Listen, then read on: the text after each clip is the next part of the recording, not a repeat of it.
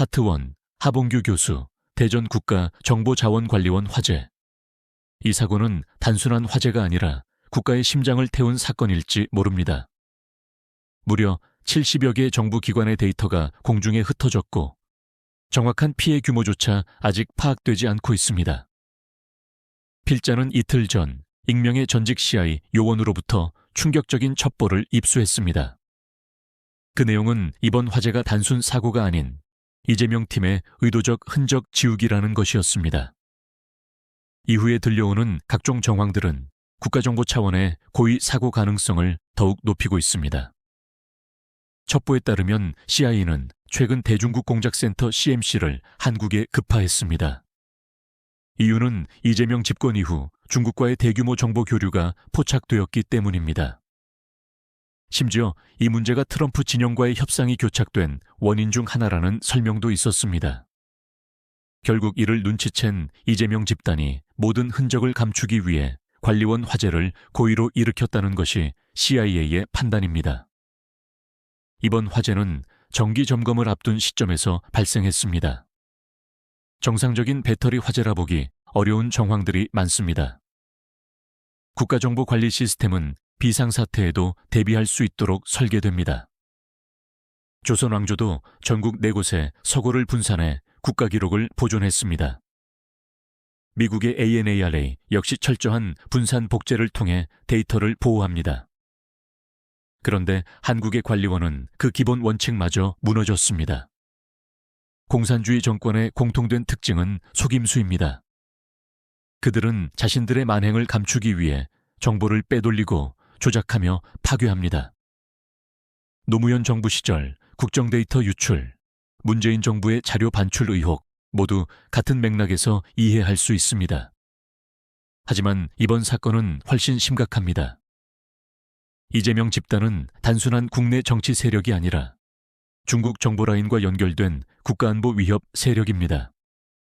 미국은 17개 정보기관이 연합된 정보공동체를 운영합니다. 그중 CIA와 NSA가 이번 한반도 정보전에 직접 개입하고 있습니다. ANSA는 전통적 신호정보를 넘어 대인정보, 휴민트 역량을 강화하고 CIA는 동아시아에 CMC, KMC를 집중 배치했습니다. 그 중심에 대한민국이 있습니다. 역사는 작은 불씨에서 거대한 변혁이 일어납니다.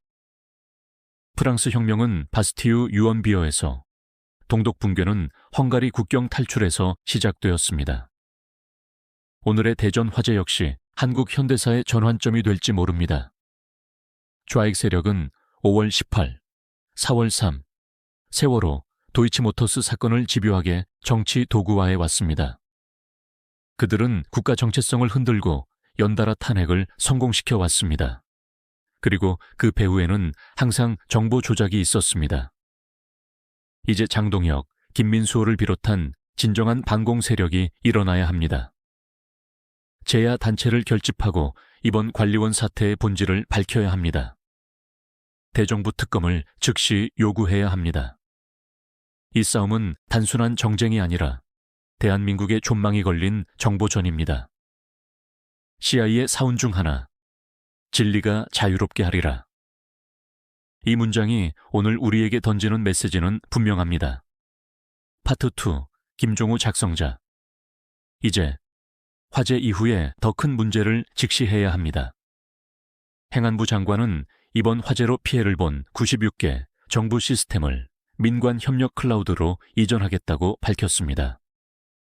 문제는 그 민관 협력이라는 이름 뒤에 실제 운영 주체가 알리바바, 화웨이, 텐센트, 바이두 같은 중국계 클라우드라는 점입니다.